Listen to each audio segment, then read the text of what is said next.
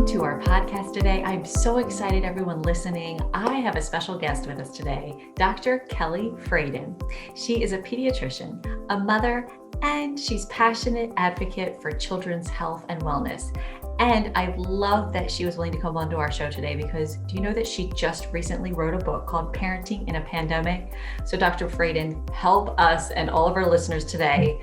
Please help us with what we can do during this crazy, tumultuous time that we have found ourselves in. And thank you so much for research and work that you put together to help and share with moms and parents to help us and their child's well-being. So welcome to the show. And we'll just dive in and help us understand where this work started with and maybe some tips and ideas and strategies you can leave us with. Sure. Thanks so much for having me. I am a mom of two myself. I have a 2 and a 7-year-old, and I was working for New York City public schools in a public health capacity prior to the pandemic when this happened, and I was all of a sudden home with my family, supporting virtual learning and and all of that goes with that. And it was because of that experience, the intensity of it, that I felt, called to write this book and put together a resource because I know what people are dealing with right now, and anything I can do or say to help, I'm happy to try my best. So let me know whatever you want to talk about. We can go there. Well, so we know that kids are really struggling with the whole lack of social interaction, and there's families who have chosen to still, in a sense, kind of quarantine, and families who've chosen, remote learning. But so maybe we can start there. Like, what is something that parents might need to be aware of, or maybe signs that their children are or aren't displaying, and what ideas or strategies around helping kids with social interaction when we're not all meeting like we normally did to play dates and things like that? Yeah, I've heard from a lot of families who are worried about that, and primarily I just want to reassure parents that I think it's really easy for us to neglect the social environment we provide in the home, like family meals, getting through the work of your day, interacting in the same space. Those are rich opportunities for social development in your children's lives. So even if it's not peer-to-peer play, your children are still given opportunities to advance their social skills at home. If you think about it, evolutionarily, what our communities used to be like, they weren't groups of 20 same age peers interacting all the time. Your village was sort of whatever you got, and you had these inner age groups, and I think that while it's not traditionally what we're used to, it's not necessarily handicapping our children. Kids can catch up. I think older kids can still engage pretty productively by Zoom, depending on the maturity and their social skills. Coming in maybe around 7 or 8, I've seen kids able to have like Zoom play dates where they build Legos with each other or play dolls and show each other things. And they do get a chance to connect with someone on their level. And for kids younger than that, I would encourage parents to set realistic expectations for what they're able to do. Even 10 minutes of really getting down on the floor with your child and playing a board game or building something can be like great for connection and for those turn-taking executive function planning skills that come out of play. I think that parents can be pretty good substitutes, even if it's not the same. I think you make a really good point. And I love what you said in your book, that the nature of a pandemic is that we learn as we go. And as hard as that is for some of us to kind of be okay with that and just to kind of accept what is, but then how do you still help take care of yourself? And a lot of times we're all trying to think of what to do to help our kids, when then at the end of the day, it's like, well, we have to take care of ourselves, and moms have to take care of themselves. Is there anything you want to speak to along those lines? Yes, I think that's a hugely important topic because what parents are dealing with right now is not what anybody planned when they became a parent. We all thoughtfully chose our work-life balance or our home life such that we thought we would have the life we intended, and nobody thought that this would happen. So I think we need to give ourselves a lot of grace, and often we need to lower our expectations. We may not be able to accomplish all that we normally would, when we're not dealing with the stress of all these decisions and all the changes in our routines. And that's okay. I think if we lower our expectations, we have more likelihood of having success and feeling good about our progress. So one of the things, I mentioned in the book is that you can take an inventory of like where your family is and what's really important to you. So, academically for your school crowd, if it's that your child's been falling behind in reading and you want to catch up or stay on grade level, maybe you're going to devote your resources to prioritizing that, and maybe you're going to let a couple other things slide for a while, because you just have to pick your passions and put your energy where you need to right now. And I think that's okay. I think a lot of parents have trouble with that, myself included, that like these aren't the meals that I would normally make, or my house isn't as clean as it would normally be, but like it just is going to have to do for now. Right, because I mean, I'm sure you're navigating like putting the laundry in, making the breakfast, wait, the lunch and the dinner now, and work and like squeezing it all in. Are there any things that you do that you found that manage it a little bit better for you that might be a good tip for someone listening? Oh yeah. I try to batch. So like instead of doing laundry every day, I try to do it twice a week, and then it's a lot of laundry, but it's less interrupting my day. Or when I'm cooking, I tend to cook extra at dinner, so I have leftovers for lunch, or I tend to chop the fruit and vegetables for lunch when I'm making breakfast, because I find that it helps to do it all at once once I start on a task. But all the time management skills in the world won't fix the problem of like if you have a full-time job and you're trying to facilitate remote education for a child before second or third grade. It's just like Right? it's just too much. Like, and I think having realistic expectations for what we can accomplish and what our children can do is important, because it's not developmentally appropriate for a child to like feel alone in their day. My son is getting ready to do remote learning again. Now he's been in person, but we pulled him out because we're going to see some family and we wanted to kind of isolate beforehand. And he doesn't want to be alone in a room by himself doing it, and that's understandable. He's only 7. Yeah. And what about parents and a lot of us who are concerned about the amount of screen time that we all sort of in the back of our minds to some degree had concerns about pre-COVID, and Mm-hmm. now it just seems what's your perspective, or what are some things that you've seen in the research say, or what would you recommend because it's so much right now? Yeah, I try to put it in context for families, because prior to the pandemic, the average screen time in this country was like mind-boggling. Like for elementary school kids, like 5 to 7 hours a day of screen time. And so that's it depending on your school community. I find that often the parents that are the most worried about screen time are much more conservative about it, and not in that camp. So, in the community where I work in the Bronx, a lot of people are, dad is working nights and watching the kids, and so the TV's on while he's trying to get some rest. And like, you have to do what you have to do in terms of screen time. And I certainly, there's a range of things to worry about. Like, I'd put safety at the top of your list. Like, I'd rather make sure your children are in a safe environment, using their car seats, not jumping into pools unsupervised, those kinds of things. And screen time's like over here, like it's still a concern, but it's not a concern of that magnitude. I do think one thing that I worry about is about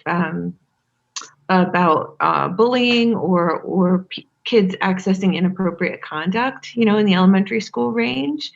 And because I haven't actually let my kids have much screen time before this, and I have during the pandemic been exploring these controls for the first time about how to limit the ability to like go to a random website, or how to block certain programs so that during school hours you can't be goofing around on a game. You can only access your school programs. And probably by now you guys are all experts on these things, but I do think it's important to make sure that there's some safety involved in the screen time. And there are programs available. I haven't done it yet, but Bark and Circle are examples of programs that will like monitor the device and alert the parent if there's inappropriate activity going on. And so some of those might be helpful, especially for the parents of older kids who are getting more and more independent, so that you can still have a sense of what's happening on the screen, because you don't want to wait until something bad happens. Yeah, and it can be a lot to manage, and one more thing to have to keep track of and monitor, and make sure you're aware of that they are in a safe place when they're navigating, the screen time. So when your child was in school, how did they do? How was it going back? Because we had been off. How could a parent help a child transition if now some of us are going back remote, but then we're in person, and then it might even shift back again? What are some things that could help a parent to help navigate that change? Yeah, I think there are a lot of kids out there who are scared to go back, because the message had been it's not safe, to be in school. So I think it's important for parents to keep their children up to date in a developmentally appropriate way. So, in August before, or actually it was in July really, because my son went to in-person camp for a while over the summer when rates were low here. And so I was able to have the conversation of like, the Department of Health, like our leadership said that it's okay and it's a safe plan and I feel comfortable with it. And I think it's going to be great for you, and kind of set that tone of like, it's positive, it's allowed, it's okay. And like, yes, it might feel funny to like have to wear a mask on the bus, or, have to wear a mask around your friends, but isn't it great to be back with them? And we'll do whatever we have to do to follow the rules and make it safe for everyone to enjoy this time. And, I think it's sort of unfortunate because it comes at a time when we're also drained from all our responsibilities, but we do have this responsibility as parents, which I would say is like, one of the most important responsibilities is to like set the tone for how your child is processing all these changes. For example, like at the playground, I hear parents sometimes wanting to keep the kids keep the mask on. You're going to get sick. Put your mask back on. And as much as possible, I'd encourage instead, messages that are less fear-based and more in line with your values of, values you want to be encouraging, like put your mask on, we want to be kind to our neighbors, or like put your mask on, we have to obey the rules of the park, that we can't control very much of like all this pandemic changes and how it affects our children, but we can try to choose the tone of the way we're interacting with them.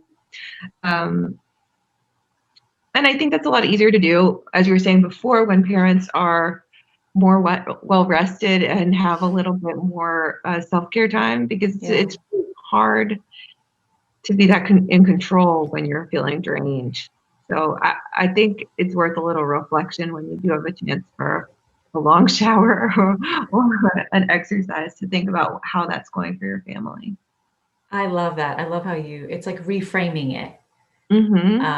In a positive way. Let's do this so that we can be kind to others. I love that. That really helps me, especially with something that I've been thinking about at school to help the kids and remind the staff, the distance, and a lot of it can come across like don't, right? And so in the back of my mind, I'm like, how can we keep this a priority so that we are all safe and everybody feels safe? And but I love how you said that, keeping it positive, and in the way you think of how you frame it, and you can frame it in a way that is helpful and getting the same message and focus at like seriousness of it apart, that you guys, we really have to follow, these rules, etc. Yeah. I really like that.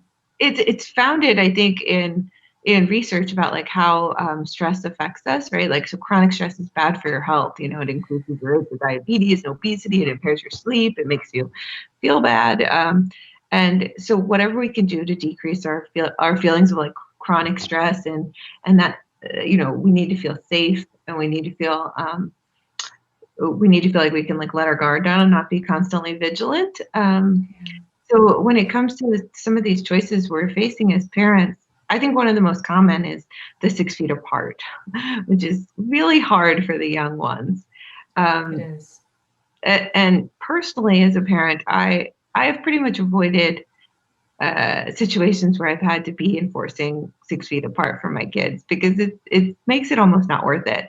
Um, and I'm sure, and I've been impressed with how the schools have tried to set it up so that it's natural and intrinsic to the activity. So you don't need to be like constantly harping on the kids to do this and that and be aware of their distance. But the masking and the being outdoors as much as possible will get you most of the way there for the little kids based on the data. And what would you say to parents who are struggling at times with when we went from remote to in person, we had to shift staff around, and now they have a new teacher, and now some teachers are going on maternity leave. Oh, now this teacher's quarantined. Now you have a substitute teacher. There's so much uncertainty with the adult who is usually the constant, and we harp on that for so long, for so many years. Is there any Mm-hmm. word of consolation that you have for parents to help their kids with just a simple transition of a teacher multiple times that could happen this year? Yeah, that is a challenge because the kids do get attached. Um, hmm. I think from what I've seen with my own kids and what I've heard from the principals at the schools they go to, that the experience of being in school is overall such a positive one for our kids. It's about more than just the teacher, your community of school, your friends in your class, or the whole, being a kid at your school, and so when the teacher changes, it can feel like a whole new environment, but really it's not. It's the same structure and it's the same building or the same curriculum at home. And I would encourage parents to redirect like, oh yeah, I really miss your teacher too, but at least so and so is still in your class, or at least you can still have music, or at least you can still have these parts of the school day that you love and enjoy. So you acknowledge that they are disappointed and dealing with something that they don't like, and then you try to kind of redirect would be my personal strategy. And aren't kids more resilient than we are as adults? They are. Actually, I was talking about that. My son's teacher was out for a 2-week quarantine. She had an exposure, and she didn't get sick or anything, but he didn't even tell me until after like a week. And Wow. it came up, and I was like, oh, okay. Yeah, because sometimes I think in the instant it's like, oh no, this is just traumatic, right? And in that first instant, it really feels it, it sounds it. And then there was a change in a teacher, and a parent, obviously was just totally distraught. Like, how can I tell my kid? Like, they didn't even want to tell their kid. Like, they had a hard time even just, how am I even going to tell my kid? And I'm like, oh no, this is happening in like a couple of days. Like, we're gonna have to tell them, right? And then it was interesting because a week or two later, when talking with the child, they even expressed, at first I was upset, but now I'm okay. And it's that idea of, hey, something might be really, really upsetting in the moment, but if you just let that time pass and let's work with it. And I love the strategies that you just shared with us to use and explore and practice with your child. And then just a comfort that over time, it may not be as stark, stressed, crazy, freaked out as it was in that exact moment. And that was just kind of telling for me. Yeah, yeah, absolutely. It's another chance, we have to set the tone for how our family kind of deals with things. So Right? Yeah, because we're mirrors, the kids are mirrors of us. So if we're freaked out and upset, don't be surprised your child's going to be too, right? And then even if you're freaked out inside, but if you take that calm approach and your tone of voice, they will eventually match it, right? yeah, absolutely. Like I've heard parents, even parents who are remote learning, sometimes I've heard they go hide in their car and call their friends and vent to them about the stress so their kids won't hear. And then they Yeah. come back and put on the face that they want to show their family. I mean, you know, I think it's okay to also be real with your family and be like, yeah, I'm disappointed with all these changes that your teacher has to change too. But I know we'll get used to this new teacher. Maybe we'll even like her more. Who knows? Those kinds of things. Like Yeah. Yeah. it's okay to be upset. Yeah. And I tend to stay on like optimistic. And so it might not turn out that way, but for the moment, we're going to think that what if this is better this way? And I try to think of the glass half full. Even if it doesn't turn out that way, it helps just to shift your mind, because otherwise you just start spiraling down, and then there's those thoughts of fear, and it just never good for anybody, right? Yeah, with my own kids, I've been so thankful that school's open. It's like, whatever we have to do to have school, we'll take it. Right? Yeah. And the kid, even a fourth grader was like, I don't care if I have to wear a mask. And they were like, I can't do this computer school, they called it.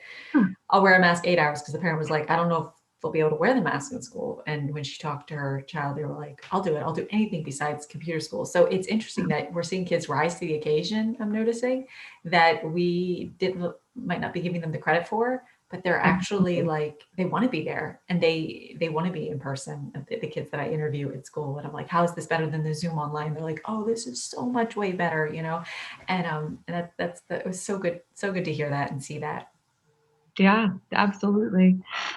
So I'm going to dive down deep into one little area that I noticed in your book. Tell us about, you were diagnosed with cancer at 3 years old, and you talked about your mom and how that was the stress on the parent side from what you were going through.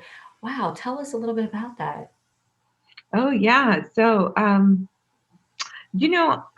hardly remember it, but I fell out of bed, out of my like little toddler bed, and I was in pain in the middle of the night. My mom took me to the emergency room, and they thought I had appendicitis, but they found internal bleeding. And then they said, we're gonna have to have another surgery tomorrow to take out her kidney, because her kidney has a bruise on it.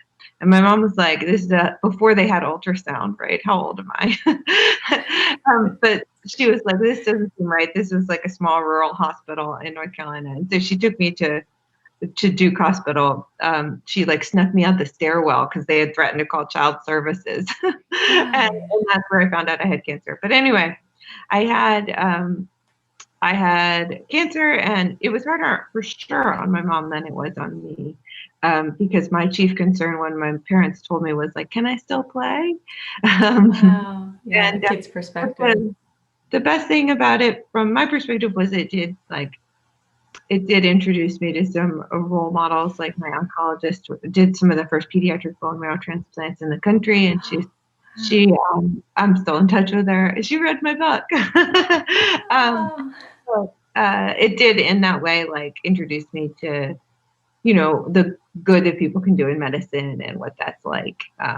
So I think it's also been helpful as a pediatrician to know, like, what a scared, a stressed parent is like, and how, I think sometimes in medicine, because we deal with things like asthma and diabetes so frequently, it's like these common things you get used to treating routinely as a physician. But then the cancer history gives me this awareness that, like, what families are going through, like this respect for the experience and the fear that sometimes even like more minor health conditions can cause. That every problem's minor when it's not your problem, right? Yeah, so true. And so maybe you can leave our listeners with one or two last thoughts that are in your book in case they don't get to your book. But sometimes we love hearing a quick tip to learn as we move on. And certainly in the description, I'll put a link to your book and your website with your permission, so the listeners have access to it. But what's one or two things in your book that you can leave to help with a strategy or tip for parents at this time? Yeah, I think one thing that's in there that I would encourage your families to practice is protecting the parents. We know that coronavirus is worse for parents than it is for kids, like significantly worse. Like it's 100 times worse for a 40-year-old than a 4-year-old. So it's just a reminder that parents are so used to protecting their kids that we need to protect the parents too, because the kids are depending on you to stay well. So even if say you're facilitating your kid going to school, just because your kid is interacting with those kids in class, you should still distance from the other parents and from the other kids, because another direct contact for you matters. because even if your kid is exposed to their germs, like it's still a couple steps away from you unless you interact with that child directly. So just to encourage parents to like take the precautions more seriously for themselves. Sometimes parents will martyr themselves and kind of prioritize the kids too much, in my opinion. We should protect the parents. And I give a lot of advice from my book out on Instagram too, if their parents will do that. At advice I give my friends.com, and sometimes, or advice I give my friends is the Instagram handle. And sometimes I go live on Instagram with people like Emily Oster and a couple other people for fun to talk about this kind of thing. So you can find me there also. Oh, good. I will definitely include that in. Well, thank you so much for taking the time. Like I said, I just appreciate it. And I hope our listeners got some type of advice or just encouragement or just, oh, good, I'm not alone. And that's what I'm going through. And sometimes just hearing that just can really help us all right now.